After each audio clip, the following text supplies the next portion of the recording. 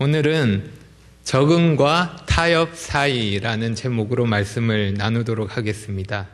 적응과 타협 사이. 이따금씩 저는 옛날 사진을 보면서 추억에 잠길 때가 있습니다.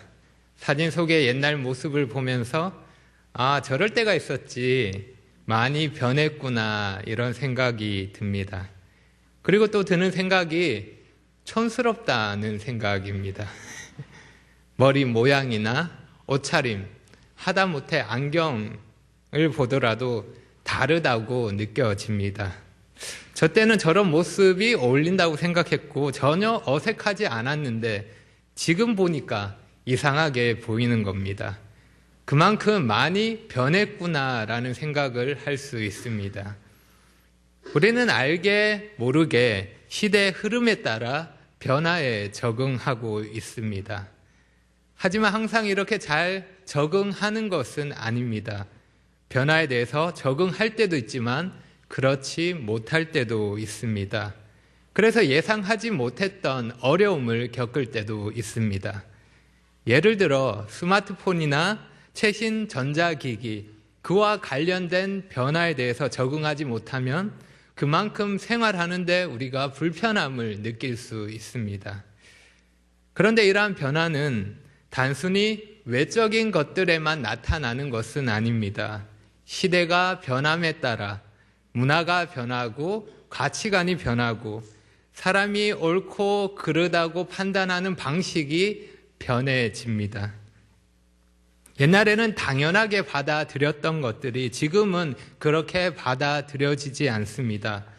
반대로 옛날에는 금지되었던 것들이 지금은 아무렇지도 않게 받아들여지고 허용되기도 합니다. 그래서 그런 변화에 대해서 올바른 기준을 가지지 않으면 혼란스럽고 어떻게 해야 하는지 잘 모르고 실수할 수 있는 것입니다. 오늘날 특별히 더 그런 변화 가운데 있는 것이 여성의 역할입니다.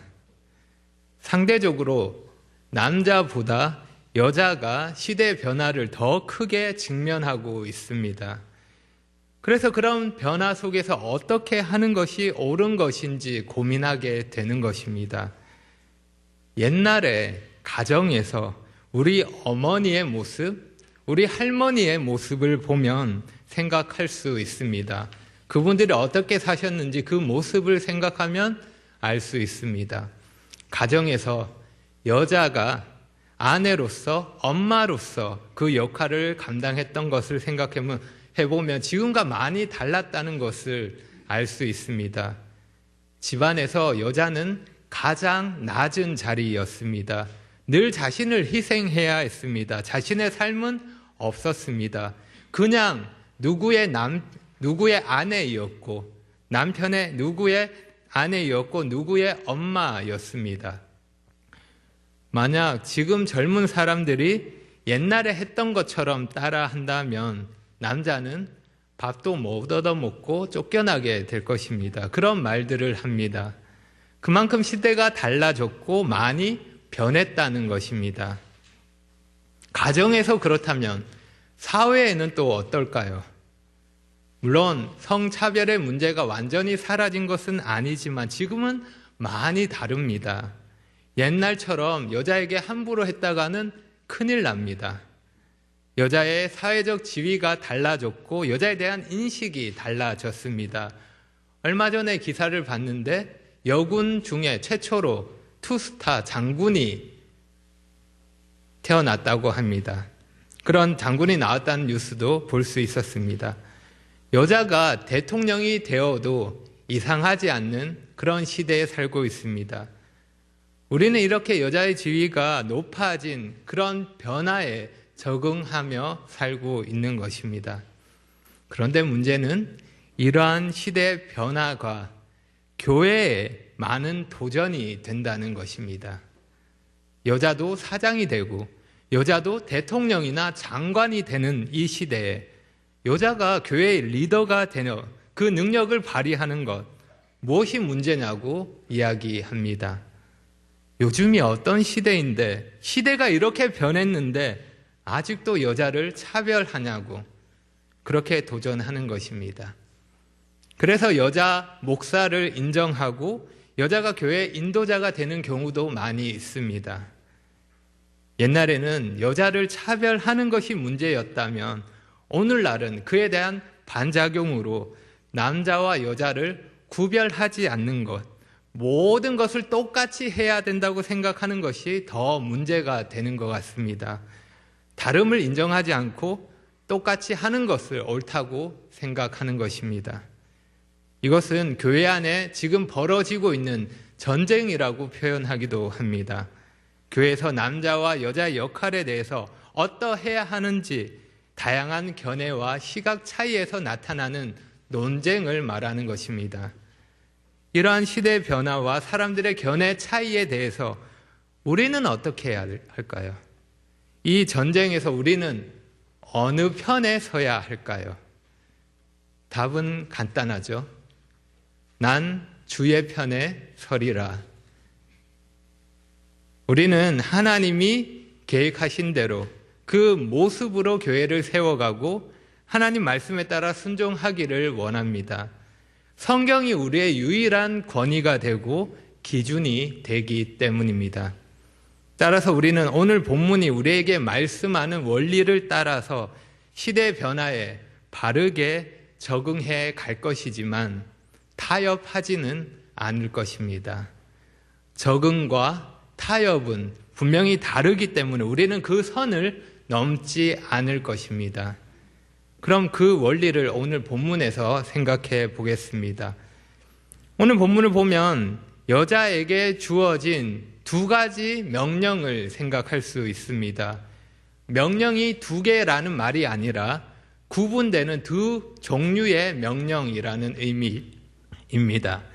첫 번째는 9절과 10절에 나오는 명령이고 두 번째는 11절과 12절에 나오는 명령입니다. 그럼 이 두 명령을 어떻게 우리에게 적용할 수 있을지 생각해 보도록 하겠습니다. 먼저 첫 번째 명령입니다. 9절과 10절을 보겠습니다.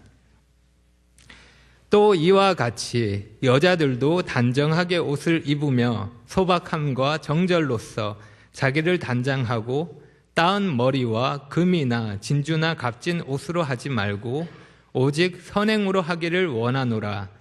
이것이 하나님을 경외한다 하는 자들에게 마땅한 것이니라. 9절은 또 이와 같이라는 말로 시작합니다. 우리는 자연스럽게 바로 앞에 나오는 말씀을 연결해서 생각할 수 있습니다. 8절에서 바울은 각처에서 남자들이 분노와 다툼이 없이 거룩한 손을 들어 기도하기를 원하노라 하고 말씀했습니다. 이어서 바울은 남자에게 했던 기도의 명령, 기도에 대한 명령에 대응해서 이번에는 여자에 대해서 이렇게 말씀하고 있는 것입니다. 나는 여자들이 자기를 단장하기를 원하노라.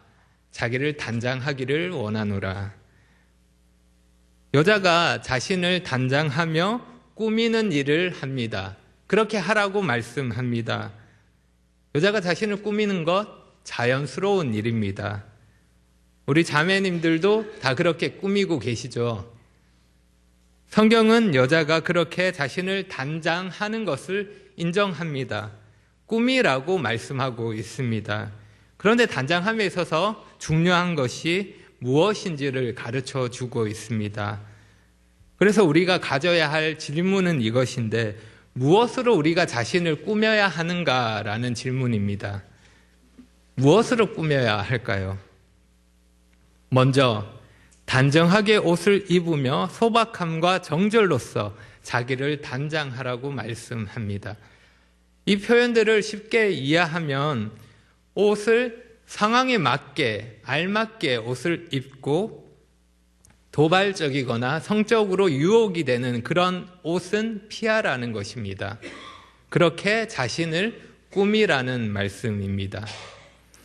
다음으로 따은 머리와 금이나 진주나 값진 옷으로 하지 말라고 말씀합니다. 이 명령에 대해서 어떻게 생각하십니까? 혹시 머리 따으신 분 계십니까, 지금? 따지 말라고 말씀하고 있는데 따은 머리를 하면 안 될까요? 그러면 금이나 진주로 장식하신 분 계십니까? 자매님들 귀걸이나 목걸이 혹은 팔찌, 금반지 혹시 하고 계십니까? 이 말씀대로 하면 지금 하고 있는 것 다 빼셔야 됩니다. 그렇게 해야 할까요? 아닙니다. 우리는 이 말씀을 문자 그대로 받아들이지는 않습니다. 바른 해석은 이 말씀에서 가르치는 원리를 우리에게 적용하는 것입니다. 여자가 피해야 하는 옷이나 머리 모양, 장신구 등은 문화에 따라 시대에 따라 다릅니다. 우리는 옷이나 자신을 단장하는 방법에 대한 이 말씀의 원리를 따르지만 우리가 이 말씀을 직접 실제로 순종하는 내용에 있어서는 문화에 따라서 시대에 따라서 달라지는 것입니다. 말씀에서 금이나 진주와 같은 함께 따은 머리는 문화적 표현으로 보는 것입니다. 이 당시에 해당되는 말씀으로 보는 것입니다. 다른 예로 우리가 생각할 수 있는 것이 예수님이 제자들 발을 씻기신 후에 내가 행한 것 같이 너희도 행하라고 말씀하신 것입니다. 우리는 그 말씀을 문자 그대로 받아들이지는 않습니다. 이 말씀에 담긴 본질적인 원리를 쫓아서 우리에게 맞게 적용하는 것입니다. 주님이 제자들을 사랑으로 섬기셨던 것처럼 우리도 다른 사람을 사랑으로 섬기는 원리를 발견하고 그것을 적용해서 실천하는 것입니다. 그것이 다른 사람의 발을 직접 씻기는 일이 아닐 수 있지만 우리는 우리에게 맞는 다양한 방법으로 섬기는 일을 할 수 있는 것입니다.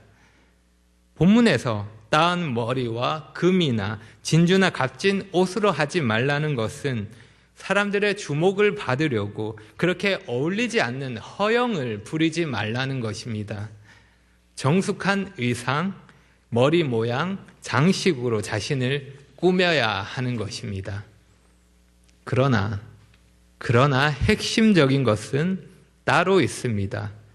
단장에 있어서 자신을 꾸미는 데 있어서 핵심이 되는 것은 이것입니다. 오직 선행으로 하기를 원하노라. 그러나 선행으로 하기를 원한다라는 말씀입니다. 바울이 여자가 단장하는 것에 대해서 말하면서 강조하는 것은 선행입니다. 사람이 자신을 꾸미는 것은 외모를 넘어 어떻게 행동하느냐에 달려 있는 것입니다. 아무리 멋진 옷을 입고 아무리 자신을 아름답게 꾸민다 하더라도 더러운 말과 악한 행실을 품고 있다면 자신을 단장하는 데는 실패하는 것입니다. 전혀 아름답지 않은 단장인 것입니다. 우리가 TV에 나오는 연예인들을 보면 그들의 화려한 모습이나 뛰어난 외모에 주목할 수 있습니다.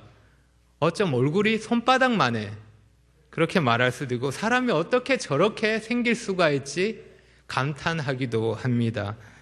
저 사람은 세월이 지나도 늙지도 않고 그대로야 이렇게 말하기도 합니다. 그만큼 외모에 많은 돈과 노력을 투자하기 때문입니다.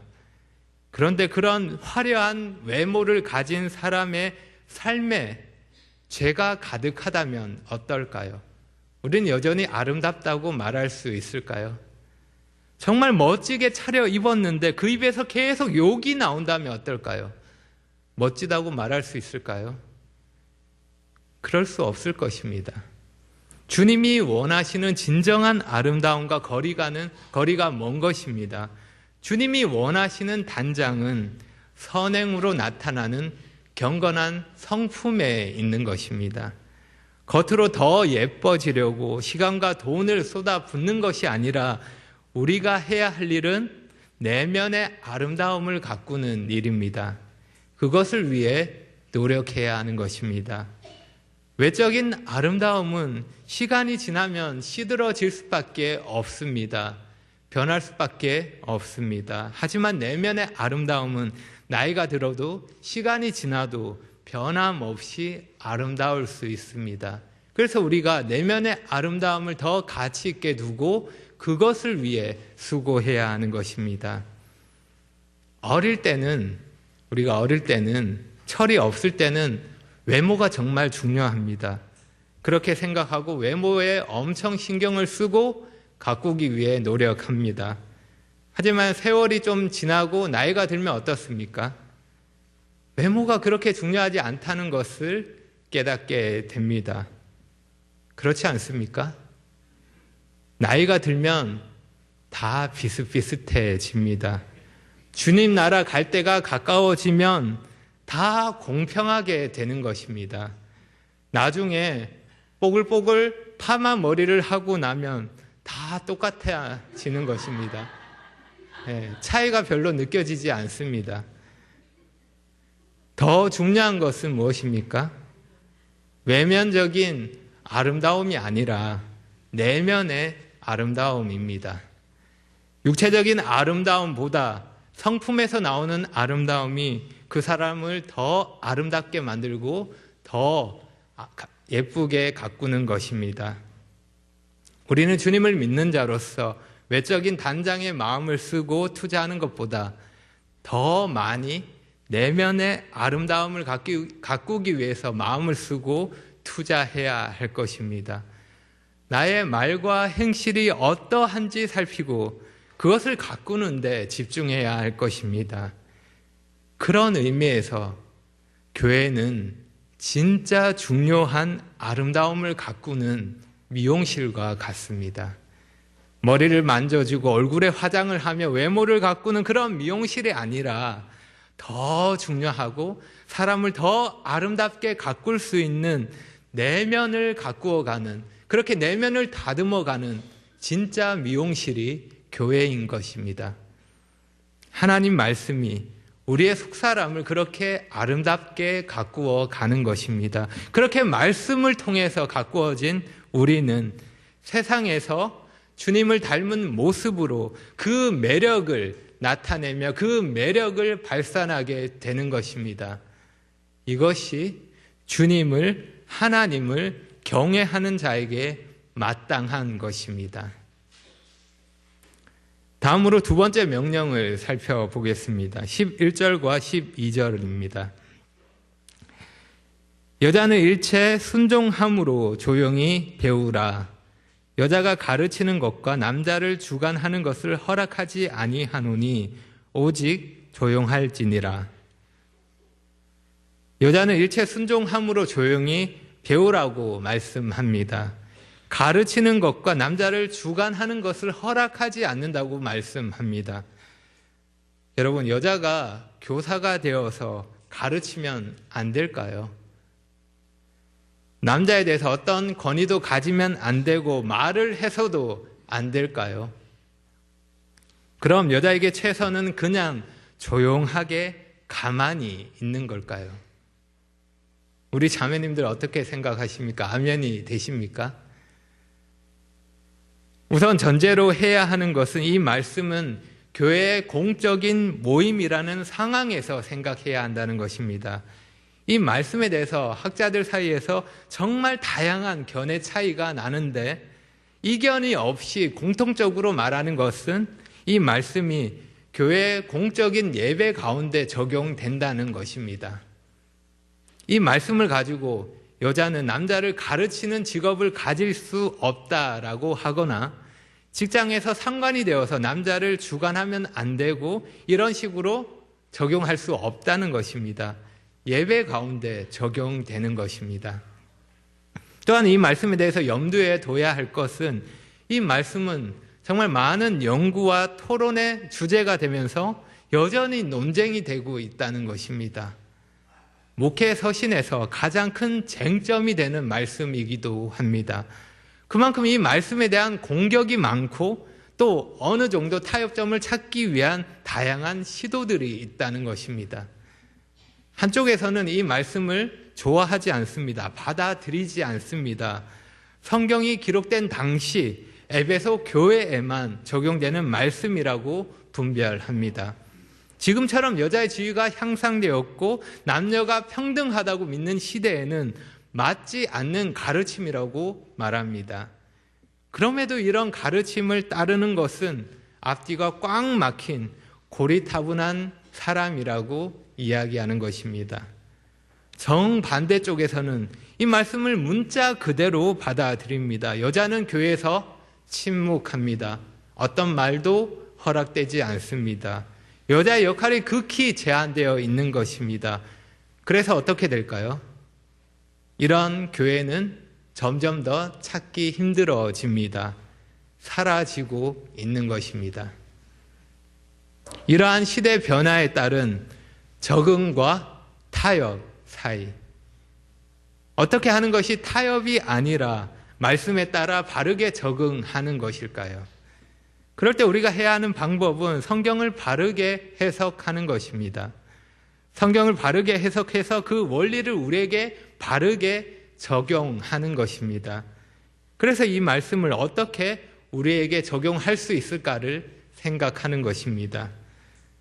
우리가 성경을 해석할 때 기본적으로 생각해야 할 것이 이 구절이 성경 전체 가르침과 어떻게 조화되는가 하는 것입니다. 성경은 하나님 말씀이기 때문에 어떤 말씀과로 서로 모순되지 않습니다.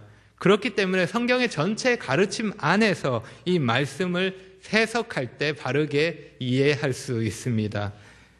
그래서 우리는 성경을 일관성 있게 해석해야 합니다. 성경의 전체 문맥 안에서 해석하면 그렇게 해석했을 때 자연스러운 조화를 찾을 수 있는 것입니다.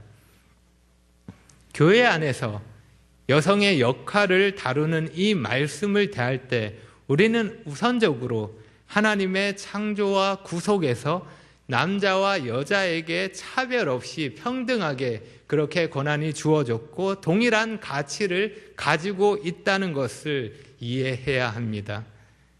남자와 여자는 모두 하나님이 하나님의 형상대로 지으셨습니다. 그리고 남자와 여자는 모두 다 그리스도로 말미암아 하나님의 자녀로 구속함을 받았습니다. 어떠한 차이도 없는 것입니다. 성별에 따른 더 큰 지위나 더 우월함이 없다는 것입니다. 차별이 없습니다. 갈라디아서에서는 이렇게 말씀하고 있습니다. 너희는 유대인이나 헬라인이나 종이나 자유인이나 남자나 여자나 다 그리스도 예수 안에서 하나이니라. 차별이 없다는 것입니다. 남자나 여자나 그리스도 예수 안에서 하나라는 이 말씀이 전제가 되는 것입니다. 차별 없다는 이 말씀을 가지고 오늘 본문을 해석하는 것입니다. 그럴 때 오늘 본문을 보면 남자와 여자의 차이는 그 역할의 차이라는 것을 알 수 있습니다. 남녀 차별이 아니라 남자와 여자에게 주어진 그 역할이 각각 다르다는 것입니다. 우리가 당시 문화 속에서 이 말씀을 다시 생각해 본다면 오늘날 사람들이 느끼는 불편함과는 전혀 다른 불편함을 생각할 수 있습니다. 이 말씀이 기록될 당시에는 여자에게 배움이란 없었을 때입니다. 지금 우리는 여자에게 조용히 배우라고 하면 차별처럼 생각되지만 사실 당시의 여자는 배울 수 없었던 존재였습니다. 지금은 여자에게 조용히 배우라고 하면 여자에게 조용히 배우라고 하다니 이건 차별이야 이렇게 생각합니다. 하지만 이 당시는 뭐라고? 여자에게 배우라고 말하다니 그게 말이나 돼? 라고 말하는 것입니다. 전혀 다른 것입니다. 한 예로 유대교의 한 분파에는 이런 가르침이 있었습니다. 토라를 여자에게 가르치는 것보다 불에 태우는 것이 낫다. 토라는 율법을 말하는 것입니다. 율법을 여자에게 가르치는 것보다 그 율법책을 불에 태우는 것이 더 낫다는 말입니다. 당시 문화가 그러했습니다. 여자는 사람이 아니었습니다. 성전에 예배 드릴 때도 여자는 그 안으로 들어갈 수 없었습니다. 유대인 남자만 그리고 유대교로 개종한 남자만 예배 자리로 나갈 수 있었습니다. 그런데 복음으로 말미암아 어떻게 변화되었습니까? 남자와 여자의 차별은 무너졌고 예배 자리에 여자가 초대되었습니다. 이러한 가르침이 그 당시에 얼마나 큰 변화였는지, 얼마나 파격적이었는가를 생각해 볼 때 우리는 감히 짐작할 수 없습니다. 지금 우리에게 논쟁이 되는 이 부분은 당시에는 훨씬 다른 관점이었다는 것입니다. 그래서 우리가 이 말씀에 대해서 생각해야 할 것은 남자와 여자는 동등하며 차별이 있을 수 없습니다. 하지만 그 역할에 있어서는 분명히 차이가 있다는 것입니다. 남자와 여자는 다릅니다. 가정에서 남편과 아내 역할이 다르듯이 교회에서도 남자와 여자의 역할이 다르다는 것입니다. 이것이 성경이 일관적으로 가르치고 있는 원리입니다. 이 원리는 창조에서부터 처음부터 하나님이 계획하신 것입니다. 그래서 바울이 아담과 하와를 언급하면서 이것이 창조에서부터 시작된 원리임을 알려주고 있습니다. 13절과 14절입니다. 이는 아담이 먼저 지음을 받고 하와가 그 후며 아담이 속은 것이 아니고 여자가 속아 죄에 빠졌습니다. 아담이 먼저 지음을 받았다는 것은 단순히 순서를 말하는 것이 아닙니다. 먼저 태어난 장자에게 그 더 큰 권한이 주어졌던 것처럼 아담이 먼저 지음을 받았기에 더 큰 권한이 주어졌다는 것입니다. 그리고 그 더 큰 권한은 더 큰 책임이 따라오는 것입니다. 아담이 속은 것이 아니고 하와가 속아서 죄에 빠졌지만 하나님이 그 책임을 누구에게 물으십니까? 아담에게 물으십니다. 첫사람 아담의 불순종으로 죄가 들어왔다고 그렇게 말씀합니다. 하와의 불순종이 아니라 아담의 불순종으로 죄가 들어왔다고 말씀하는 것입니다. 하나님이 아담을 머리로 세우시고 그에 대한 권한을 주셨기 때문에 그에 따른 책임이 아담에게 있는 것입니다. 교회에서 남자와 여자의 역할도 그러합니다. 하나님이 세우신 질서에 따라서 남자에게 다스리는 권위가 주어졌습니다. 그래서 남자에게 더 큰 책임이 있는 것입니다. 그리고 여자는 하나님이 세우신 질서에 따라서 순종하는 것입니다. 그렇게 여자가 말씀에 따라 순종할 때 약속이 있습니다. 15절입니다. 그러나 여자들이 만일 정숙함으로써 믿음과 사랑과 거룩함에 거하면 그의 해산함으로 구원을 얻으리라. 해산함으로 구원을 얻는 것이 뭐지? 이해하기 어려운 말씀입니다. 참 다양한 견해들이 있고 그 견해에 따른 학자들도 다양합니다. 간단히 말하면 여자가 구원받은 여자로서 그 역할을 잘 감당하는 것은 구원을 이루어가는 것이고 그날 하나님 만나는 그날에 완전한 구원을 얻게 될 것입니다. 바울이 여자의 역할을 언급하면서 여기 해산을 말하는 것은 해산이 남자, 여자의 역할에 있어서 하나님이 계획하신 가장 두드러진 차이이기 때문입니다. 남자는 아무리 여자를 사랑하고 아내를 사랑하고 자녀를 사랑한다 하더라도 아이를 낳을 수는 없습니다. 남자가 할 수 없는 여자만의 역할입니다. 또한 해산은 창조의 질서에 뿌리를 둔 것으로 문화와 시대를 초월하는 것입니다. 언제나 변함없는 여자의 역할입니다. 그래서 여자가 해산하는 것, 다시 말해 여자가 그 맡겨진 역할에 충성하는 것은 구원의 증거이며 구원을 이루어가는 성화의 삶이라는 것입니다. 구원의 완전함을 얻을 때까지 이 땅에서 계속되는 구원의 과정인 것입니다. 그렇게 여자가 여자로서 역할을 감당할 때 성화의 모습을 이루어 가는 것입니다. 오늘 본문의 말씀은 변함이 없이 우리가 순종해야 하는 그 원리를 담고 있습니다. 하지만 오늘날에는 이 원리를 타협하기 위한 여러 가지 노력들이 있습니다. 이 말씀은 바울의 개인적인 의견이지 성경의 명령은, 하나님의 명령은 아니라고 말합니다. 이 말씀은 여자가 아니라 가정에서 아내에게만 적용된다고 말합니다. 모든 여자가 아니라 당시 에베소 교회에 시끄럽게 했고 문제가 되었던 그런 여자에게만 적용되었던 말씀이라고 합니다. 결국 그들이 말하는 것은 지금은 여자가 공적인 예배 가운데 말씀을 선포하고 교회를 인도하는 역할을 할 수 있다는 것입니다. 어떻게 생각하십니까? 지금 가능할까요? 솔직하게 저의 개인적인 생각을 말씀드리면 저는 개인적으로 여자도 목사를 할 수 있으면 좋겠습니다. 그렇게 했으면 좋겠습니다. 하나님이 원하신다면 말입니다. 여자 목사님이 설교하는 것을 본 적이 있습니다. 참 잘한다는 생각이 들었습니다.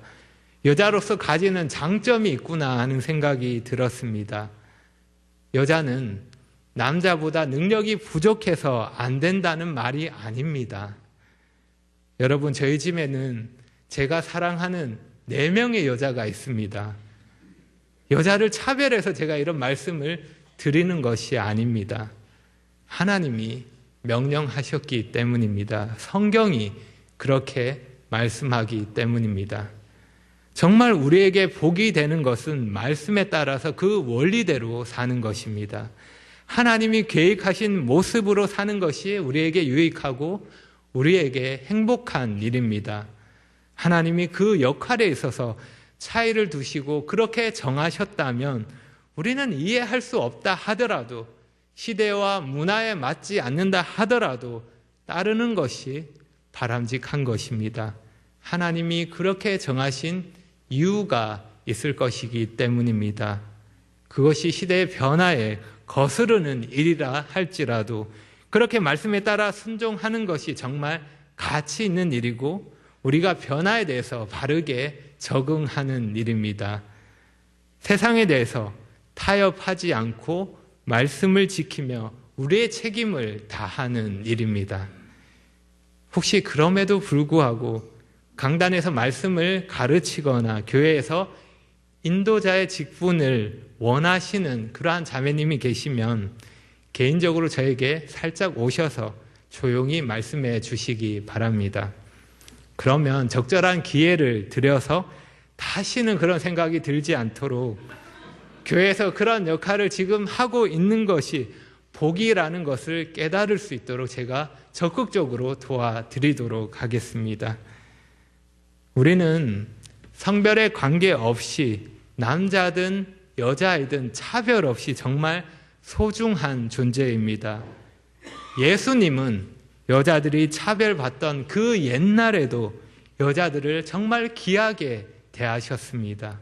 여자들을 가르치셨고 인격적으로 대하셨고 그들을 품어주셨고 은혜로 대하셨습니다. 이러한 예수님의 모습은 지금 우리에게 본이 되는 것입니다. 그렇지만 예수님은 사도로서 남자들을 택하셨고 교회의 인도자로서 남자들을 택하셨습니다.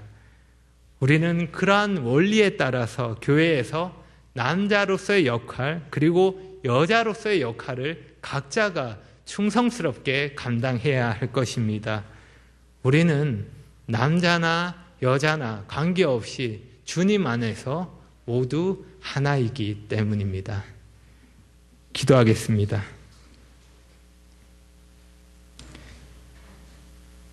아버지 하나님, 감사합니다.